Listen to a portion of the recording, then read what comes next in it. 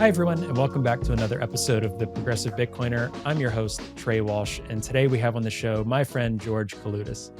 Now, George used to work for CoinDesk and was the resident Bitcoiner over at CoinDesk, and used to do so many different things at CoinDesk, and is such an amazing writer and has a lot of interesting thoughts on Bitcoin in our world. So I was really excited to get him on the show and have a good conversation and just hang out in this episode, because I love talking with George, and I hope you all enjoy this episode as well.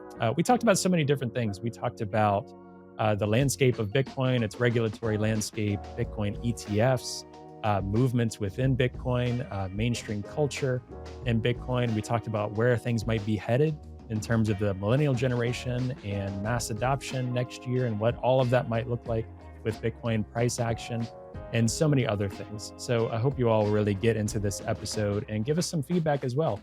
You can always reach me at hello@progressivebitcoiner.com. And I know George would love to hear from you and connect with you as well. So for those of you that have been missing George in the Bitcoin landscape and having his voice out there from CoinDesk, he's still active on social media, but I was really excited to bring him back into the light through our podcast. So thanks so much, George, for coming on and doing this, and for those listening.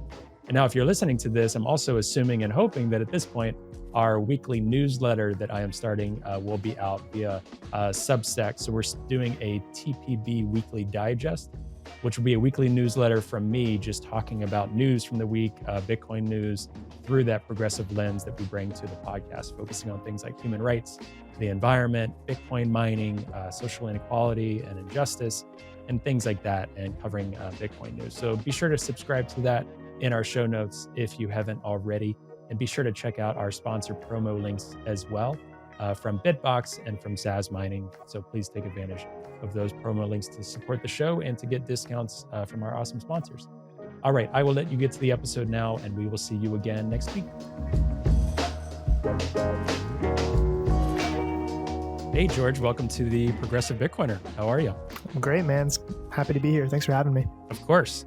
Happy to have your voice back and on a podcast to talk about the crazy world of life, crypto, Bitcoin, all of that stuff.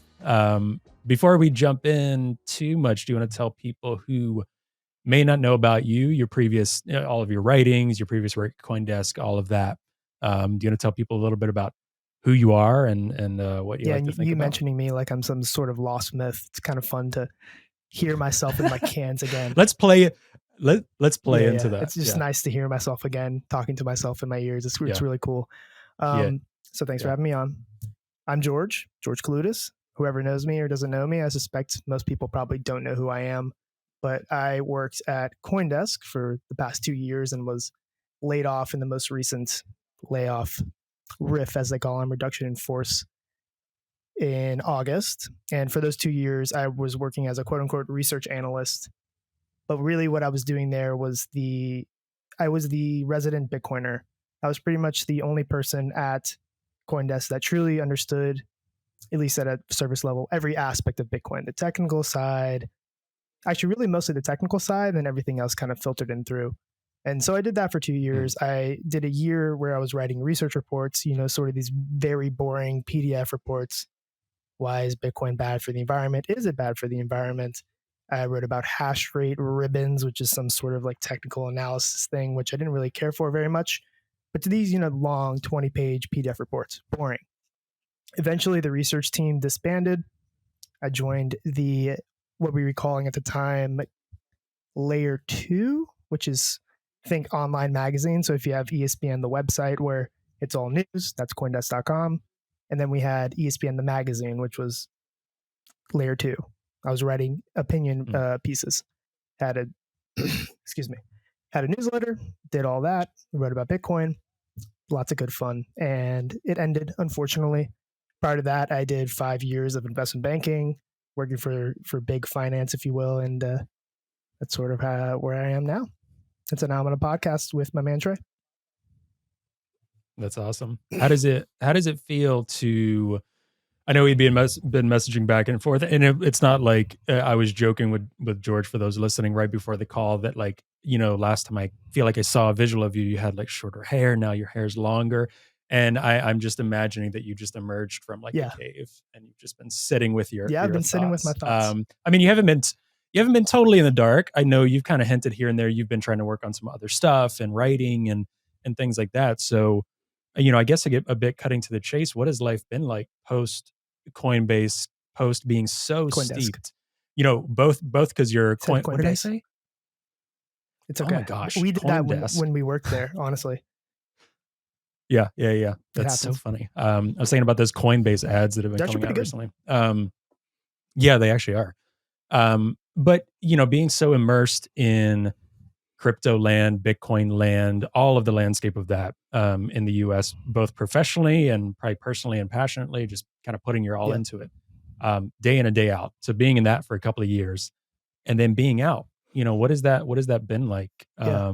I For think you? this is something we might end up touching on a little bit more later, but I think it's been very refreshing to be able to step away from the craziness, because there is a huge information overload that you have to sift through when you're doing the job in quote unquote crypto, especially crypto media, because there's a lot of noise. That's the classic thing people say: try to find the signal in the noise. Doing that is a full-time job, and that was what my full-time job was. Getting away from the crypto world has been, as much as it sucks to lose your job and to lose income, it is very, very, very nice to realize that what felt like life or death every single day in crypto world, as crappy as it may sound, it's not really the truth when you get out into the real world, right? It's still this small little niche part of the universe, and it's not big yet. Sure, it's going to get big. That is, I think, an important thing for a lot of people who are in the space to actually recognize, is that although we have quote unquote won a lot, probably exceeded expectations of any single person, even Satoshi, it's still really small. The other thing I've realized is there's actually two things here. There's a lesson that's not, Bitcoin related or political related, or sort of a life lesson, is that getting laid off, while it sucks, may not be the worst thing that ever happens to you, man. And if you can actually say that, and I can say that, you may be able to say that. Other people that I know who have gotten laid off have been able to say that. People who, like my dad, who was laid off years and years ago, he could say that. That is a profound blessing of being really an American, that we could live, get laid off, and it not be the end of the world. It's kind of a crazy thing. We have social safety nets, and that, again, I'm on the Progressive Bitcoiner show right now, so I'm saying these things that progressives like. But it's nice to have those things available to you still. And I'm lucky enough to have a wife who has a job, all that good stuff. The other thing that I've been doing, kind of realizing during this time down, is that I'm writing a novel, and writing a novel is really fun. Writing about Bitcoin is fun too, but I'm glad I'm able to step out and really exercise that muscle, because writing fiction is different than writing a story that's been written for you. Yeah. And so I have a lot of fun doing that. It's been good. I worked for, 7 straight years, and it's nice to take a step back. It's been fun. Yeah, I think it's such an important notion, because even doing, whether it's this podcast or interacting with people, I think every week that goes by, I get more and more convicted about trying to have conversations or make content, or even reach out and talk with people behind the scenes, whether it's about the regulatory landscape or environmental stuff, and having a lot of conversations off this mic, and not like tweeting about it, or like, putting out like content about it, just trying to build momentum. And, you suggested one of the things we might want to talk about is kind of Bitcoin movement stuff. One thing I'm constantly checking with and talking with my wife and friends about is like, hey, that sentence I just said, did that make any sense to you? Or is that just this like Bitcoin Twitter bubble? And a lot of times, just even the most basic of things, it's like taking a step back and communicating in different ways. So that's been an interesting challenge for me, is trying to get more and more focused about talking about things in really plain ways, and not in simplistic ways that like someone can't just like Google about Bitcoin or something like that, right? But just having a conversation about, is what we're talking about being incorporated and can be incorporated into like the real world? Do we sound like real human beings talking to each other right now? Or do we sound like AI robot clickbait of like Bitcoin to the moon all the time, or whatever silly stuff? Yeah, I think that's really important. Yeah. Um, So just in terms of, so when did you start working at CoinDesk? So you mentioned a couple of years. Yeah, it was March 2021. Yeah, so pretty wild time. That if memory serves me correctly, I've said early 2021 on here a lot before when I first bought and jumped into Bitcoin, but I think it was probably right around March 2021. It was when Bitcoin dipped again. I do remember that. So it wasn't at the all-time high, but it was when it dropped back to like 30 or something like that. Yeah. Was when I was like, all right, let me go in on this, and learn more. Since then, I mean, that's been a crazy time to be at Coinbase. I keep saying Coinbase, Yeah. It happens, CoinDesk. man. God damn it, Brian Armstrong. He's done a good job Yeah. of just searing Coinbase into the He brain. stole such an important part of the Bitcoin technical, whatever, nomenclature, and has made it his own. Yeah. I think Anyway. that's where I first bought Bitcoin. Okay. Yeah, it definitely was. But anyway, just being at CoinDesk, writing and thinking in the space, that has been a wild couple of years. Like, how do you reflect on everything that's been happening in Bitcoin during that in the past couple of years and then going forward? Yeah, the last 2 years, we talk about, or people talk about, the price of Bitcoin going parabolic someday, the price of all cryptos going parabolic. And I think the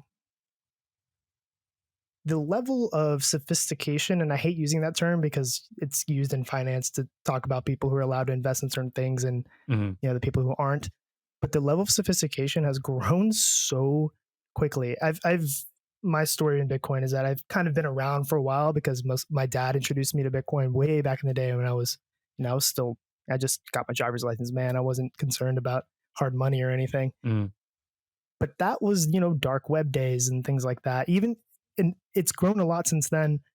The last 2 years have been crazy from the aspect of just it growing, and the fact that politicians talk about it either politicians talk about it to gain favor one way or the other, right? You can say you're against Bitcoin, you get whatever sect of one party happy, and then you say you're for it, and you get the other sect of the other party happy about it. It has been, honestly, anyone who says with a straight face that they could see how quickly Bitcoin was going to grow from just a narrative perspective in the past 2 years is probably lying to you. It was unfathomable when I joined that so many people I knew would actually, they were probably asking me about Bitcoin and crypto because number go up. But so many people were asking me about it, where, the 6 years prior where I knew what Bitcoin was, I don't think I had a single person ask me what Bitcoin was. Yeah. So just the level of, other than, people I worked with in banking who were making fun of me for it, those same people 3 years later in 2021, 2022 were asking me genuine questions about it. And so it was a really cool time to get into it and really see it come to the forefront, become a mainstream conversation, right? It's not the conversation, but it comes on the platforms for some political parties, and that's kind of cool. Yeah.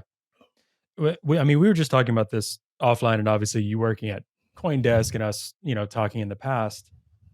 What do you see as, because this podcast and my focus is Bitcoin, but I was just telling you, like, I don't get up in arms a lot with if someone owns ETH or if someone talks about other things, right? The things I typically get up in arms about when people say something's decentralized and it's not, or when a project says something but it's a scam project, or when someone wants to regulate something in some way and take advantage of someone, or criminal enterprises like SBF. Like, those are the things that I'm like, come on. I mean, people should have should really think about these things. But for you, working at CoinDesk, just thinking about the landscape, when you think about things people hear and, separating Bitcoin from crypto and all of this, like, what importance do you place on that?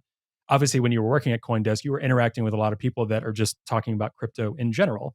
And you were the resident, Bitcoiner, but obviously far from like a Bitcoin maxi and that like traditional way of just up in arms about everything and the purity tests and things like that, which I think can be super damaging. While at the same time, me personally, I'll be really convicted about, hey, for me and for human rights and for a lot of things I care about in the world, I'm kind of here for the decentralized, censorship resistant, like money. That's why I'm here. These other things are just different. So I don't compare it to apples and oranges when I talk about it.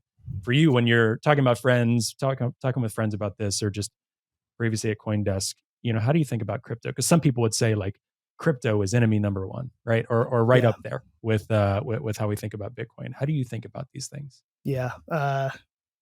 This is a fun one because I have an interesting experience, I think from working at CoinDesk, and the perception of CoinDesk in Bitcoin land is, it's just a bunch of shitcoiners. Can I say shit on this podcast? A bunch of shitcoiners. Yeah.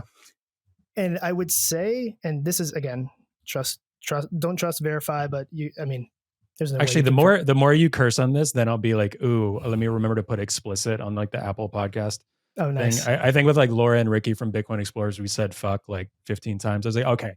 Because if it's like said once or twice, I'm like, did we not? I'll just put explicit just in case. Well, I can avoid it if need be. And like, I don't think shitcoin is something that should get an E that's on that's a word now. That's not even a curse word. Yeah. No, go ahead. So I think the perception is that, it's just a bunch of shitcoiners. And to the credit of CoinDesk had really, at least in the newsroom, there were two types of people in there. People who were legacy financial journalists or journalists in general. This is the next thing. They are unbiased, want to be unbiased, want to get the scoops, really care about getting the news out there and think they're the ones who can get it right. And they're here to push forward their journalism career. Some really, really good people. I'm not going to say names because I think that would be inappropriate. Yeah. Those people are here. I learned a lot from them about how to find scoops, how to do news. And then the other part, it's probably not half and half. It's probably 60% what I just said. And the rest, 40% of people who are genuinely convicted about the core tenets of what crypto, which is, some hellspawn of Bitcoin, has created, right? Yeah. There are people I work with who liked Bitcoin way back in the day and didn't like how it wasn't fully private. And so now they like Monero and they like Zcash. They work at CoinDesk. They're not going to get in your face and talk about, oh, I'm a Zcash or I'm a Monero person. But in a way, they're more like cypherpunk than you and I are. And so I think working at CoinDesk allowed me to realize that, hey, these conversations that happen on social media, these purity tests that you're talking about where, if you're crypto, you're not Bitcoin, that's just not how the real world is, right? If I sit down across from you and have a drink, have a meal, we can have a nuanced conversation about where we overlap and what we want to get out of crypto. Yeah. And so not quite sure if I answered your question there. No, it was a good point. You did. Yeah. But I think that's an important aspect of it where the marketing ploy or the marketing rallying cry of it's not crypto, it's Bitcoin. While I understand what you're saying, there are a lot of people in crypto who are very much aligned with the core tenets of what Bitcoin started as. And I think that's an important thing. Yeah, I completely agree. And one thing that, like I was saying to you, I'm trying to just think about, kind of the point of me being here and getting into this, that I've said this before. I mean, first of all, a lot of it was me thinking about my own life and situation, looking to the future as a millennial. That's kind of where it started a bit. Like I've been working in nonprofits my whole career, which I still do today. That was a huge focus for me. But initially, because I didn't know those properties of Bitcoin yet, initially I was like, man, whether it's interest rates, whether it's student loan debt, whether it's the housing market, all of these things. I mean, then and now it's like not even funny. But I was like, man, we're getting screwed. So it's kind of for me, it kind of started with the Occupy type movement and spirit of this. And once that started clicking for me, then I got into the human rights stuff and Alex Gladstein stuff. And then it just kind of snowballed from there. And I'm like, oh my gosh, like all of these ways that we've wanted to make change before, like our generation, I think Bitcoin can help us out in a lot of ways and bring about, as a tool for a lot of these things that we'd want to do without overstating that, being realistic on it. But also, sometimes I kind of underestimated it as well with Bitcoin in general. Sometimes, I kind of went to like, oh my gosh, it fixes everything.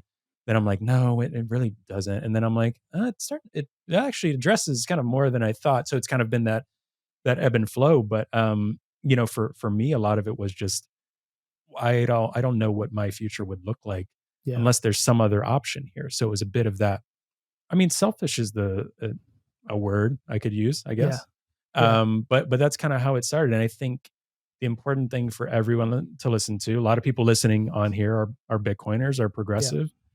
There's a few people stumbling in here that are just curious and just jumping around on YouTube, whatever. Yeah. I think the important thing for people who are in the space to think about is a lot of what you're talking about. If you were to sit down to dinner with someone and talk about it, how can you talk about it in a nuanced way without demonizing that other person or without going on the offense about why they are wrong? Because if you start a conversation that way, I mean, that's not a way to start a conversation. So I think in one way, maybe you at CoinDesk as well was such a healthy environment in certain ways of just seeing all of these different complexities of this crypto landscape that a lot of Bitcoin at maxis only just talk about, but they've never actually engaged with.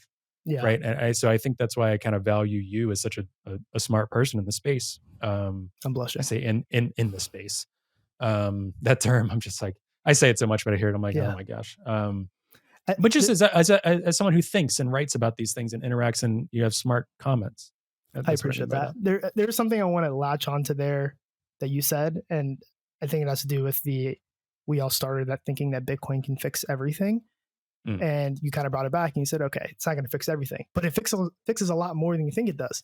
mm, And I think being able to have that conversation really, you can only really genuinely have it when you talk to people who aren't as deep and indoctrinated into Bitcoin like you and I yeah.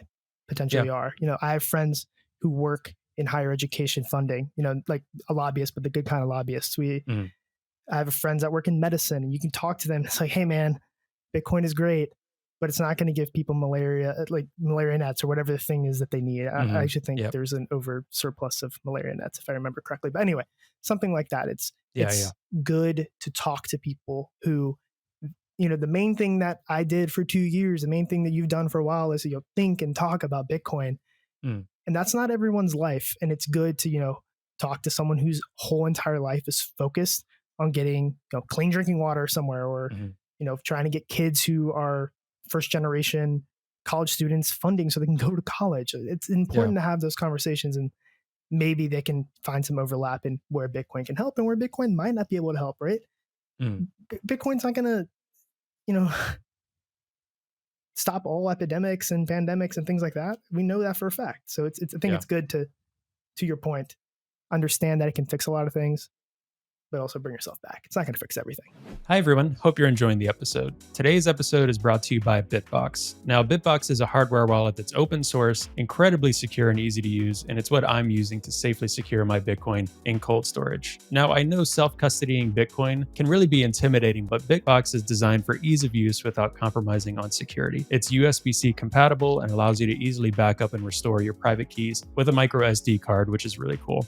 Now, you can purchase the Bitbox using the promo code TPB at the link found in the show notes for 5% off your purchase. And I really want to thank Bitbox for their support of the podcast, and I'm really excited about this new partnership. All right, I'll let you get back to the episode now. Yeah, and I mean, for me, one of the keys is like I would love to get to a place where part of our efforts here and part of so many people's efforts is to get through a lot of the misinformation about Bitcoin. Can we get society to a place where we can understand a basic understanding of Bitcoin, such as, yeah, it's not boiling the oceans. It's not just for criminals. Some of these basic tenets. That way we can have nuanced conversations about, okay, it's not going to remove poverty. It's not Yeah. going to fix, income inequality. Maybe in some ways, in a long-term game, I think it levels it a bit more because inequality is absolutely insane, like wealth inequality. And I think on a whatever sort of, I don't like using the term Bitcoin standard anymore, but I'd say Yeah. Bitcoin more mass adoption, like more people using Bitcoin, whether it's holding it on an ETF, which are so many different controversial takes on that, which I'd love to get your take on as well. Like, Mm-hmm. some people are like, that's terrible. Some people are like, that's amazing. And, a lot of times there's a lot of nuance here, whether it's people just holding their wealth, more people using it. There's so many different contexts. I think it will address some of these things, but, being realistic about it. I think it helps people, invites people in to be like, oh man, let me look at Bitcoin. Because if you say, like Michael Saylor says, Bitcoin is a swarm of cyber hornets and some AI image, they're like, what What are does you that even mean? talking about? Yeah, what does that mean? It's not my cup of tea. But if you talk about like, this is what it did in my life, and oh, this is kind of what it's doing for like activists in Togo, like a specific situation. This is what it's done compared to the S&P 500. This is what it can do for retirement. This is what it can do for your, peer to peer. You don't have to rely on a bank account. Like just normal people are having trouble accessing like bank accounts. Can't even Yeah. imagine the unbanked, right? So it's like talk about it in a way that doesn't make it sound like a cult. That's kind of a place to start. And I had to sift through the cult stuff. Like when I Yeah. first got in, it was 2021. It was the height of Bitcoin toxic maximalism. It's Sure. kind of been coming down a little bit. I had to sift through that, and I'm glad I stuck through with it. But a lot of friends I've known haven't, and we can't just say, "Oh, just push through that," whatever. Let's talk about it in normal ways. Yeah, I agree with that. And you Yeah. mentioned the BlackRock ETF, and Mm. I have, I mean, of course, we've talked about nuance the whole time. I think what's lost in this age, and this is not unique, a lot of people have said this, has been in the age of internet points, nuance is lost. We lose nuance, right? We have Hmm. entire political spectrum that looks like a barbell for a reason, right? Like Yeah. score quick points, don't use nuance. It's either right or wrong. There's no gray. And so my nuance here is that selfishly, it is the Bitcoin ETF is good for me. I Mm. have access to bank accounts. I have a 401k. I have an IRA. I have access to every single. I can get a mortgage. I can probably get a personal loan. Right. This does not mean I can Mm. be bragging about my credit score, but like I am fully banked. Mhm. I have Bitcoin in my quote unquote portfolio. The ETF is good for me. I believe that the Bitcoin ETF will bring more people to Bitcoin.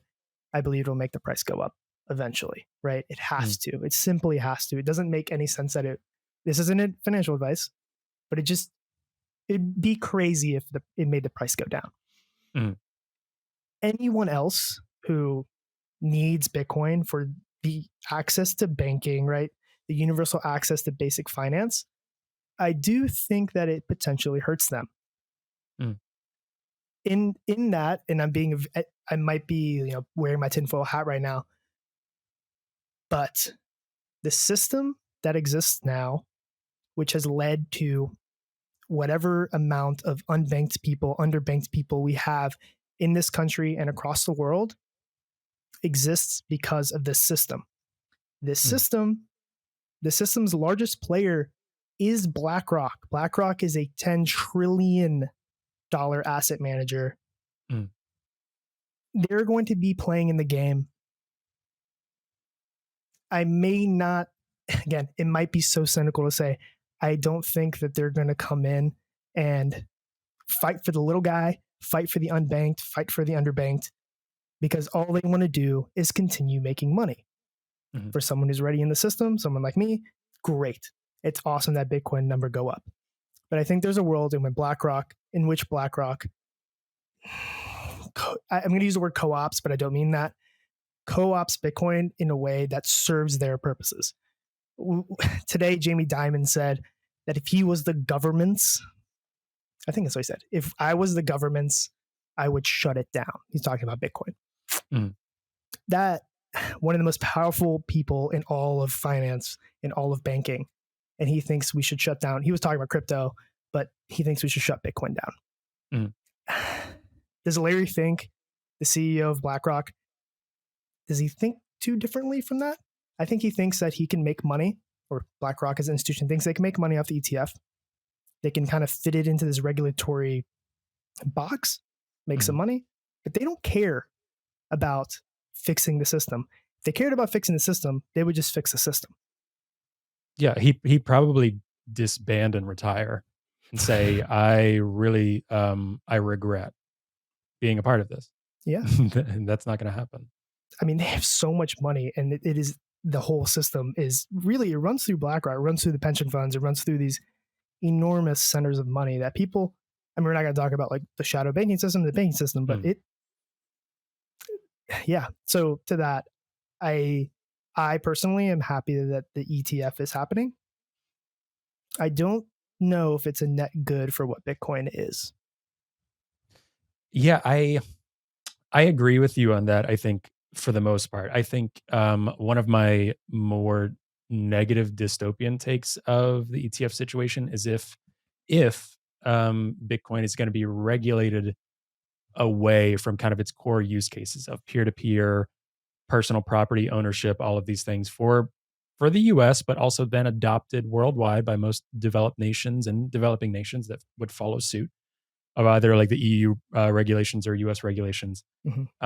This is their chance to do it, right? Like Bitcoin is too big to squash or to have people just not use it at all. If they can get enough people to only have it under this regulated way, they've kind of won in their books. And I think that's what we've seen in a lot of ways, whether it's SEC, politicians, if they can fit it into the current financial system in which it's just a mechanism to increase your US dollar value, Yeah. people will get excited about that. And that's exactly what's happening is people are thrilled about it. I'm thrilled about it. Like the amount of US dollars, like, okay, a lot of these things I kind of got into Bitcoin about initially as that store of value is going to increase.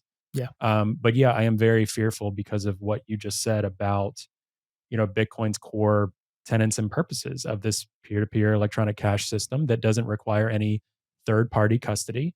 They're trying to require third-party custody, and slowly you get enough people on, Yeah. and there won't be as much of a demand for those personal properties. Maybe 1% of Bitcoin maxis. But that said, my hope is that it's still enough of a Trojan horse where this thing is so much out of the box that companies keep building, individuals keep building, software developers keep building, and use cases keep increasing.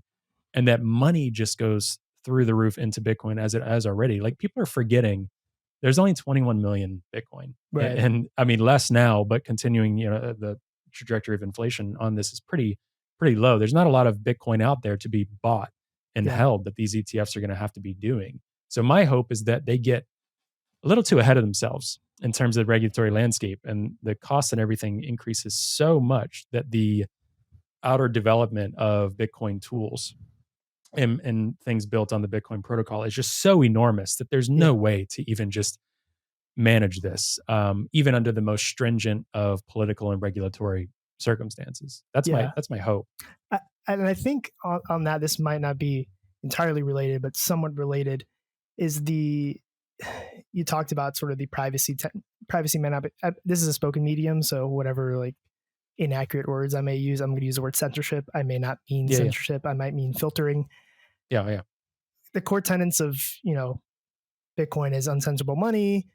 Even within Bitcoin right now, we have all the nerds are fighting about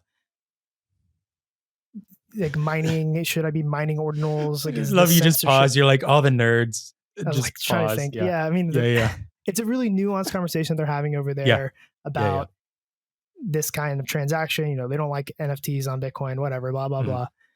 And so that level of quote unquote censorship is happening there. You say, okay, maybe these big companies do want to maintain the core tenets of Bitcoin. And I think something that is, I'm getting to my point, I promise. No, I think good. The thing that has really been exciting to me as someone who's like come into the work world in the past 6 or 7 years and seeing how adults act is the pendulum is swinging away from people just saying, whatever, like I'll share all of my data with anyone who asks of me. And it's kind of swinging back, and where it's like, hey, hold on a second. Recently I saw during the OpenAI nonsense with their corporate structure that I don't know if the 8 Sleep, which is, that company that just has beds, I guess it's air conditioned beds that you have to connect to your phone. I don't think I've heard of this. Okay. So 8 Sleep is, I kind of used to think they were cool.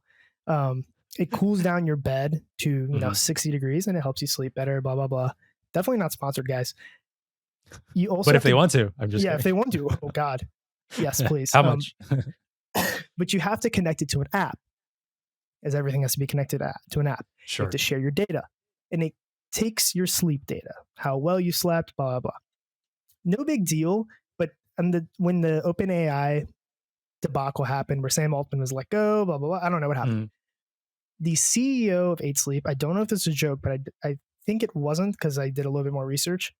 He said that the sleep people lost sleep in San Francisco, and I can see that because of the data I have here. In a computer somewhere lies the data of your sleeping habits because you ordered an air-conditioned bed. I think consumers look at that now and they're starting to think, hey man, there doesn't have to be an app for everything. I don't have to make a login for everything. I just want you to deliver me some pizza. Like, do I have to tell you my social security number, right? Yeah. It sounds like a leap in logic, but I don't think we got too far off of that, where the appization of everything. And people now, I think rightfully so, are swinging the pendulum back, where Apple, a company, one of the biggest consumer product companies in the entire world, has said, I mean, this is marketing, so who knows what they actually do, that they are the most private option. Great. Steve Jobs liked to say that we don't do market research because the market doesn't know what they want. We know what they want, and that's kind of baller. Yeah. The Tim Cook Apple knows what the consumer wants, and they pedal to that.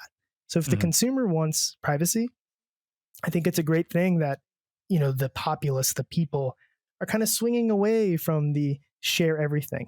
And so, to your point, maybe these big companies will continue to build on Bitcoin and keep the core tenets alive because people, the people, capital P people, are swinging back away from, just sharing everything and saying, please save me, Mr. Corporate Man, Yeah. And I maybe Apple is a bit more secure than the other major players, but obviously my ringing point would be like, not really. I mean, Right. they're like private, but there's so many other app options that are actually easier to use, or easy to use, just as easy to use, that are focusing on things just like that. But yeah, I think, so much of it, it's interesting in talking with you and having you on the show. I kind of knew and left it open ended for a reason, because I'm like, there's so many different things we could talk about and touch on. But I think so much of what we face, just similar, similar age. I think some of the things I've heard, I think we think about some of these things similarly as well. And what we're really looking at, and is really exciting, is, I don't know if it's cliche to say, but there's just generational change, right? So even you talked about crypto before. There is a reason that people started to look into crypto, even if they didn't land on Bitcoin, or there's just a general mistrust of these systems. There's a general like, F you, like you've said this over and over again, Mr. Politician, Mr. Bankman, whatever, and nothing is changing. Nothing has changed. We're going to take it from here. We're going to take and run with it. And I think in general, if we can more so understand, that's where a lot of us are coming from. And I've had this conversation with people recently, even like, in our neck of the woods, in just this progressive camp, it's, we can talk about like environmental issues and climate activists and things like that without cringing or without like shitting on them. But some of them and friends of mine, I'm like, listen, you've been doing this time and time again, and it's not really changing. Let's start to look some other solutions. But I consider them allies, like fighting the powers that be. And I think if more Bitcoin maxis, more whoever, can see that so many of these different camps, that doesn't mean you agree on everything, but just see, what we're really fighting and who we're really fighting and who we're really up against.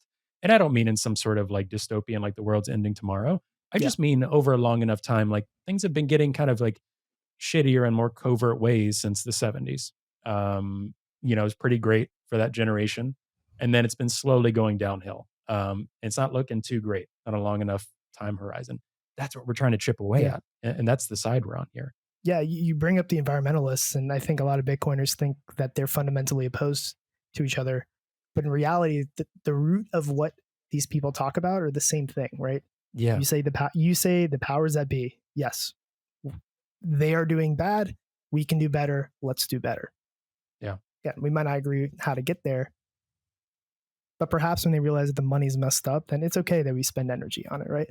And also when you realize that it uses a lot of the quote unquote waste energy. There's a conversation to be had there, but they're after the same thing, right? We're all V, right? We're all V from Vendetta. Like we are all V. We're just we're trying to make it better, right? Things have been getting slightly worse, like you said. I'm repeating exactly what you said and just totally agreeing with you, my man.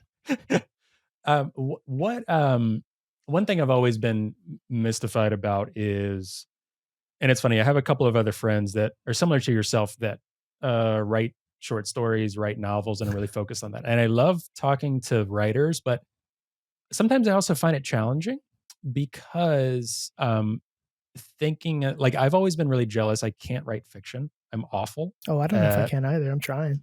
writing fiction, but you're like attempting. Like I can't even. I don't know. It just doesn't compute. And I view that as I think that's the one thing I'm so jealous of is people that can even fumble through um, fiction or poetry or just really good writing. And one of the things that I'm trying to think through is just, talking with you now is how you view the political landscape. Obviously, this is the progressive Bitcoiner. I've said on this show so many times, I don't know how I feel about that word. Like it's called the progressive Bitcoiner. We use TPB a lot. We're trying to play around with different terms because that word is polarizing. But Hmm. also, it's because, and a lot of people that are in Bitcoin from whatever political camp, but I think especially progressives are typically from those that I've spoken to and those that I know really well are really disenfranchised progressives. They either were Bernie progressives or Yeah. Occupy leftists or whatever. And the political parties that be, but especially not even considering the what I would consider the clown show of like a Republican Party, but the Democratic Party as well is just corporatism and elite for a very long time now. There's a lot of politically homeless people that they understand. Like in the U.S., the word progressive means something. Elsewhere in the world, people don't really know what that word means. They're like, oh yeah, you talk about some values, and they're like, oh yeah, I kind of feel that way, right? A lot of people in Europe, whatever. Hmm. But when you look at like political identities, the political landscape, thinking about a word like progressive, leftist movements, all of this, like what does that look like in this post Bitcoin is kind of here now world and like AI world and just all of these other things, right? It doesn't have to focus on just one thing. I see these paradigms just breaking down massively, but I don't know what's next. I guess it's really gray for me. I would agree with you that I think it is very gray because I live in DC. So Mm, I am in and around the politico culture. yeah, And God bless you. I know. And I have friends that are almost all my great close friends are not in politics at all. Yeah, There's, it's like a thriving community here that's not yeah. just, I love DC, but I also have yeah, friends that live in DC who are in politics, and I'm like, yeah, can't do it. yeah. It's politicals and defense contractors mostly, right? Yeah, yeah. The thing you see here is that, and it's probably true everywhere, is that, and I think this is what you're kind of suggesting, the celebrity politician exists. And Mm, I mean, the president before Joe Biden was, for all intents and purposes, a celebrity before he became the president, right? yeah. President Trump was a celebrity and then became president. It's not exactly what I'm saying here, but I'm saying that people don't. The way you win your internet points is, and I mentioned this a little bit earlier, the way you win your internet points is to be as polarizing and as polarized as possible. If that Mhm. means you're a progressive, you're a liberal, and you want to latch your name onto the progressive movement and pretend to be a progressive, and then the moment you're put in front of a bunch of Wall Street CEOs, you decide that it's not time to ask the right questions and you want to just dunk on crypto because that's Yeah, what XYZ research publicist says you should do, you do that. yeah. It's embarrassing. Who could you be talking about? I, That doesn't like ring a bell. That's so yeah. weird to me. Um, Yeah, my favorite senator that I mentioned like every yeah. episode. And we don't have to say her name, but Yeah. Voldemort. I'm just right. kidding. I'm talking about Elizabeth Warren for for the two Sorry, people that don't know who you were talking sorry, about. it's a little bit too subversive. Yeah. I'm kind of stumbling through this because I'm trying to be careful with what I say, in that the thing I like about, this might be going to tangent, but the thing I like about Bernie Sanders, I wouldn't even say I'm even close to whatever, what do they call themselves now? Democratic socialists. Yeah. I, Yeah. I I, think for I a while now that's the term he used more on his campaign trail at the time. Yeah. and so I don't think I really align with that. I mean, it'd be hard for me Mhm. to actually say that. I'm pretty like capitalistic, if you will. Yeah. At least he's been consistent through it Mhm. all. Yeah. And when it came to time to yell at the people you're supposed to yell at from the platform that you were elected Mhm. on, at least he did that. And I don't think this. Dude, you know why? I have a theory. Go ahead. It's because he's like from Brooklyn and he doesn't give a shit.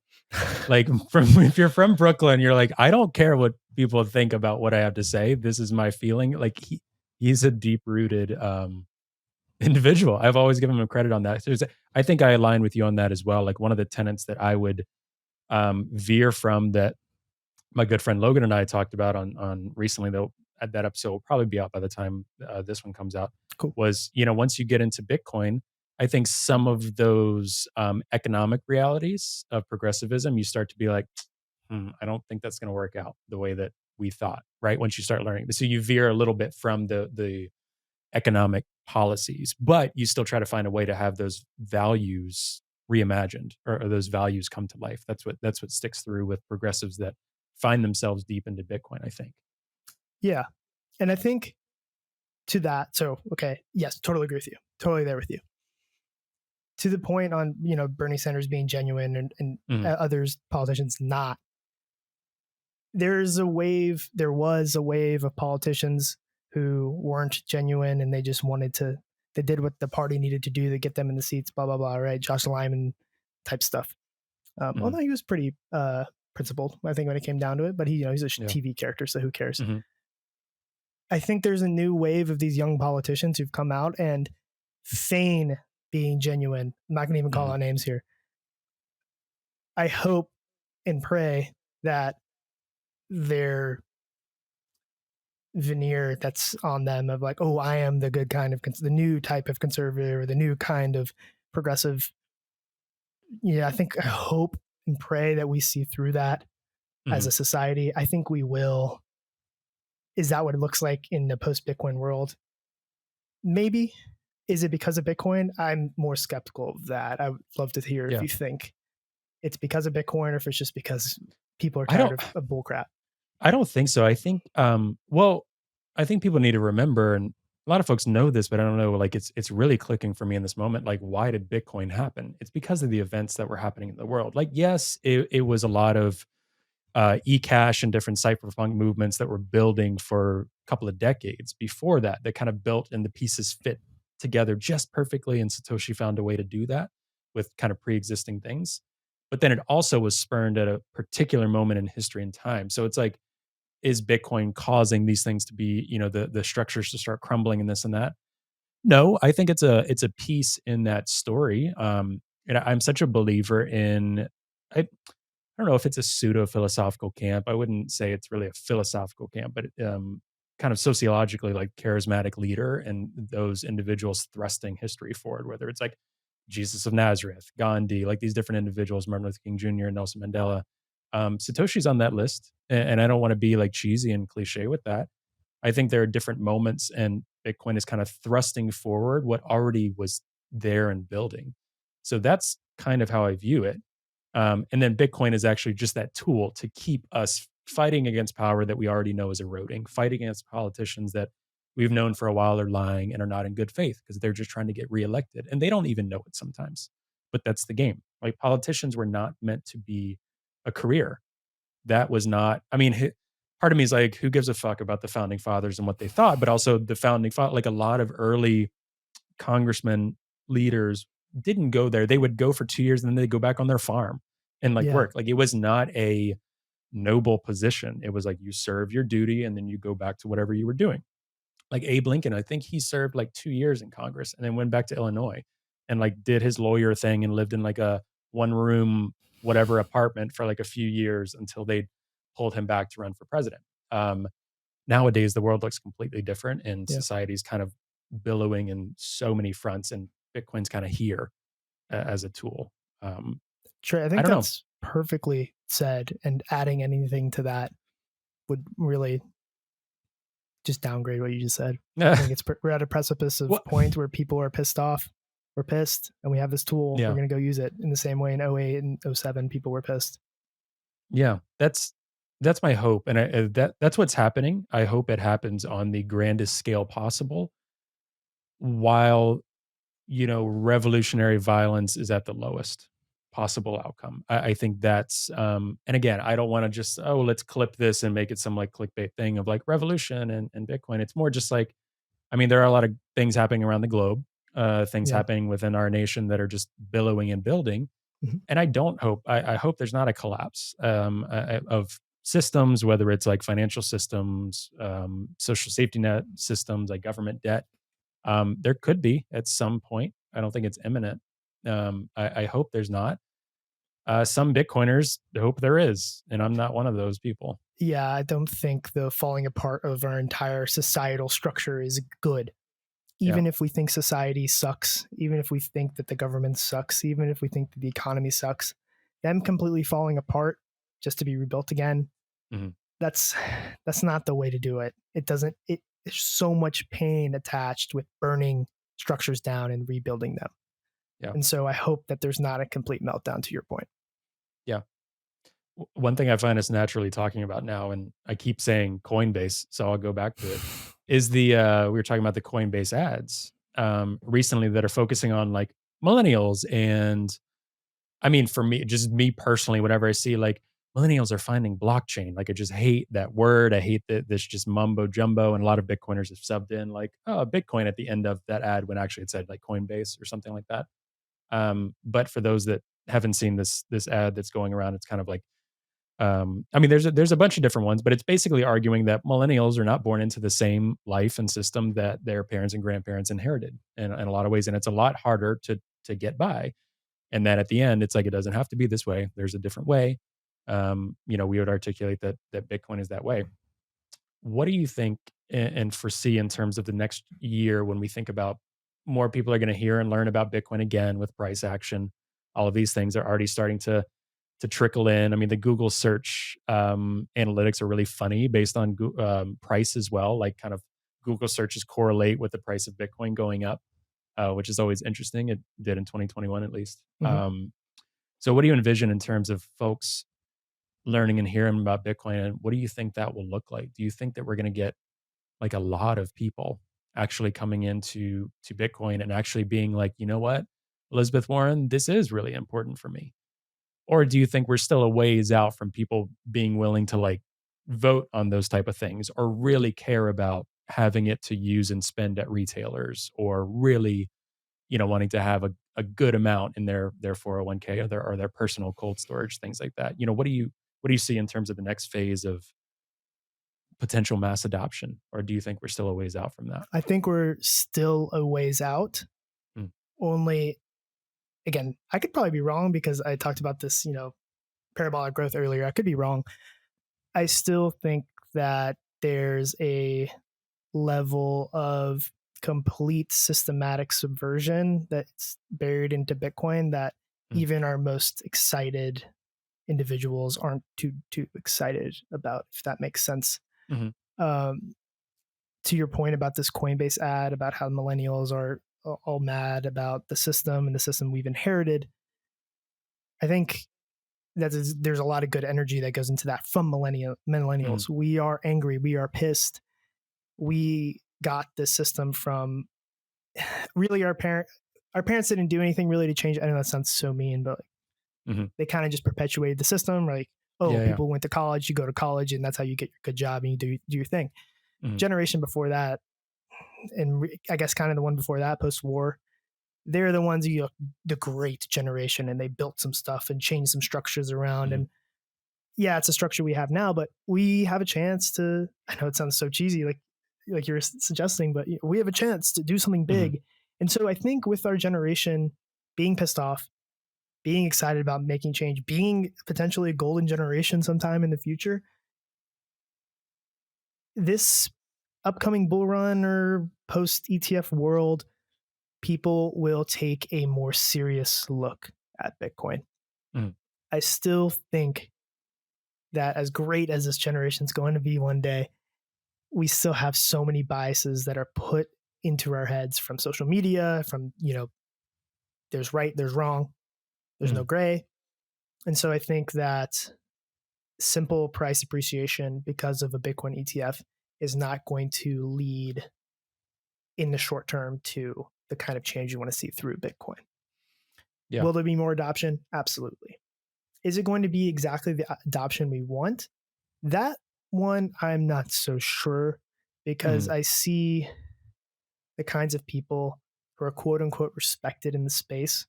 And a lot of them got respected or gained their respect because they made a lot of money. And they made money in a bull run. And then they leveraged their Bitcoin to make more Bitcoin. And that is great and works well until it doesn't. Mm-hmm. And they just so happen to time everything perfectly, right? If 10,000 people try something, one of them is bound to get it right if it's a timing thing. And so I'm very hesitant to say that everything is going to be great and super dandy in the next year because of from a Bitcoin perspective. Yeah. Do you I know you're working on your novel. Do you anticipate yourself that you'd be comfortable sharing Sure. doing things in this space again? Like what do you think in terms of what you had been doing in the space for a little bit, building up quite a bit of, you were running kind of like what I would call a bit of like a Bitcoin show and Yeah. doing different things at CoinDesk, and I think you did a variety of things there that I felt like a lot of people really appreciated and liked. And I know from my perspective, one thing I liked about CoinDesk is I felt a bit safer sharing articles from CoinDesk compared to some other crypto sites. Let's put it that way. Because That's Bitcoin good. Magazine was and is a Bitcoin maxi site. Like I don't want to discredit. Like I publish in Bitcoin Magazine. I love a lot of the folks at Bitcoin As have Magazine, I. but So yeah. And in some ways, but some people might say, oh, that's confirmation bias. That's Bitcoin Magazine, whatever. And then CoinDesk is still crypto. You know, some people will say if it's coins in the name of it, you can't really trust it, right? But yeah, like you were saying, there are a lot of folks and still are a lot of folks at CoinDesk that are very reputable journalists focusing on those things. So I gave them credit for a lot of things on that end. But anyway, what do you see yourself interested in doing? Do you feel like, you know, I don't know what if I want to professionally contribute in the space. What do you see in terms of, you know, the Bitcoin space going forward for you? yeah, I appreciate you being willing to say live and on air that you appreciate the work I did, because sometimes you write stuff and it goes into the void. You don't know if people care about what you're saying. So I appreciate that. And I appreciate Yeah. you saying that I was part of the reputation that CoinDesk built. It's still Yeah. CoinDesk, but I appreciate you saying that. Mhm. In terms of me getting, back into it professionally, I only struggle with it because I do think that there is a large amount of people. It sounds like I'm getting mad at you now, who do podcasts, write blogs, Mhm. and there's a Oh, yeah, lot yeah, of talking and writing and not enough doing. yeah. And on one hand, as someone who I believe I am someone who has a good nuanced voice and who can cut through the bullcrap, I should be in the space, trying to help cut through it. Mhm. However, still perpetuating the idea of, like, okay, I need to get clicks on this, so I need to maybe make my title this, and maybe I don't say this sentence this way, and maybe I shouldn't piss off this Bitcoiner because of this Bitcoiner. If he shared my article and he agreed with it, then I'd have a bigger name, and then I can say my stuff and blah blah blah blah Yeah. blah. And so I think for now, I would say that going back and doing exactly what I was doing before, which was writing, opinion pieces about Bitcoin really and how it fits into the broader landscape, I don't think there's necessarily a need for George Kaloudis to be doing that. Mm. Only because I think there are so many voices out there, and it's so hard to find good people like you, Trey. Mm. Again, it's not like I'm pandering to you, but there are a lot of podcasts out there. There are a lot of people who write about Bitcoin. I used to take in a lot of that content, and I Mhm. wouldn't say that most of it is good. And so, do I want to be part of the cacophony? I Yeah. don't for now. That's my answer. Final No, answer. no, and I appreciate that. And I think, you know, full transparency, I think about that a lot because there is a Yeah. joke, oh, do we need another Bitcoin podcast, another Right. crypto podcast? And one of the things that, you know, I inherited this endeavor, Mark Stefani, great friend, started this back in December 2021, took a step back for so many different reasons, but there's a time and place for everything. And some people are just like, I need to take a Yeah. step back from stuff. I wanted to help with this podcast. He was like, do you want to host it? I'm like, I don't know. Like, I want to see this move forward. Like there needs to be more like left voices in Bitcoin. Yeah. Hopefully at some point there doesn't need to be, Sure. right? It won't be like a thing to talk about so much. Yeah. So I had to think, is this going to be something that can be different? And I try to think about that, but not in too much of a way to where I'm so in my head that I can't like be present with a guest. or that I think too hard about like, no, I need to get this perfect guest at this right time. And you just don't act. Like sometimes you just need to do. It's this fine balance. But I think about it a lot. And the only reason I wanted to do this is because I think it can be something different in the space. But also, I've said on here, I'm like, I am a white dude running a Bitcoin podcast. We do need to see a bit different folks coming in. So the least I can do is try to share stories of other people that don't look like me and don't talk like this in this avenue. But and for the people anyway, who've made it this far through my bumbling, stumbling answers as I jump around everywhere, I would say, for whatever my opinion is worth, is that what you're doing is actually different and is actually important. Bitcoin has, for better or for worse, has been a conservative-minded movement through its first decade. We don't have progressive voices. The resistance money guys are doing great.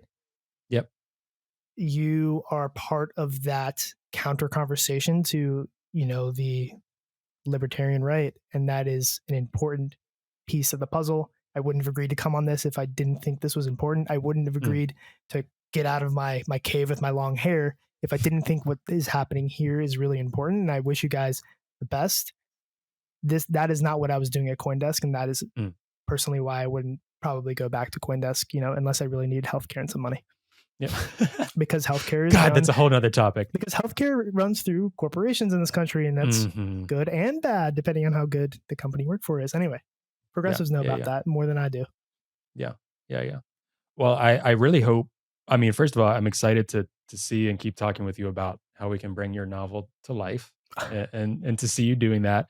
And I think another important point that you didn't really mention explicitly, but that folks want to mention. It's kind of funny. It's come up with a lot of guests about like, one guest even said like, Bitcoin helped me, or just having some flexibility with Bitcoin helped me actually do and live the life the way I wanted to.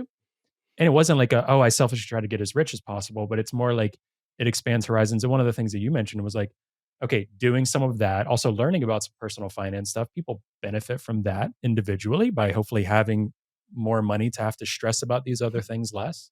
And Bitcoin has performed really well against some other things. You were laid off. That creates other opportunities. I was laid off. That creates opportunities.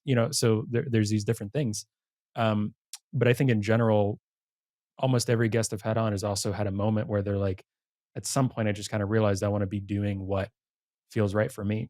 And if it's, this Bitcoin venture, great. If it's taking a step back, great, whatever that is, really focusing on that. And I think our generation is pretty focused on that. Our generation cuts through a lot of the bullshit of like, no, boss, I'm not going to stay until like 8 just cause what? Like, no, this is work. What are you talking about? Or whatever. I think we're cutting through the bullshit. So in a lot of ways, Bitcoin cuts through like the financial bullshit, and the way millennials and especially Gen Z and other generations live is cutting through the other bullshit of like, you have to listen to this authority, or you have to just vote for this politician because they're the color that you like of this like blue and red system. You have to listen to this authority, all of these things. I think those days are coming to a close as well in a good way, I hope. Yeah. I think I saw a little small movement right before. I mean, now we're bull markets. Everyone starts a bull market. So everyone talks about price.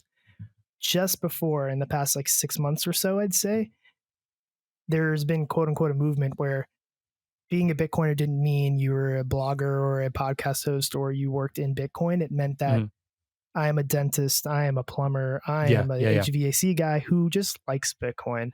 And that is fantastic. And I think that is very, very hopeful. You're ending on a hopeful tone. I will also end on a hopeful tone, because I think after the price goes crazy and whatever happens after that, there will be more dentist, plumber, HVAC guy Bitcoiners, and that's great.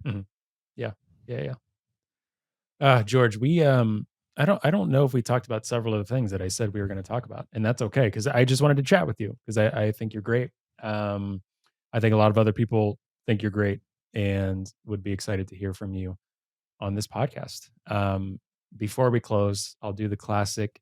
If people want to follow along with whatever your random thoughts are on the day, which I enjoy your Twitter. I don't want to boost your ego too much, but like I enjoy it. Or whatever else, if people can kind of keep in mind, I think, I don't want to put words in your mouth, but I feel like your passion is writing. whether it's because some days you like hate it so much and it's just torture, or some days it's euphoric and you think you're the best. I know what that's like to write and feel that way. So where can people follow along and find you? Man, I'm active on Twitter. You know this. On Twitter at GCKALOUDIS. Find me there. Follow me. DM me. I'll probably respond. If you at me, you'll definitely get a response out of me, especially if you're nice. If you're mean, probably catch a block, and that's okay. But that's where you can find me. Well, thanks, man. This was fun. We'll do it again. Hopefully your fans enjoy it. You're big fans. Great fans. Awesome. Thanks so much, George. We'll do this again soon. Yeah, man. See you, Trey.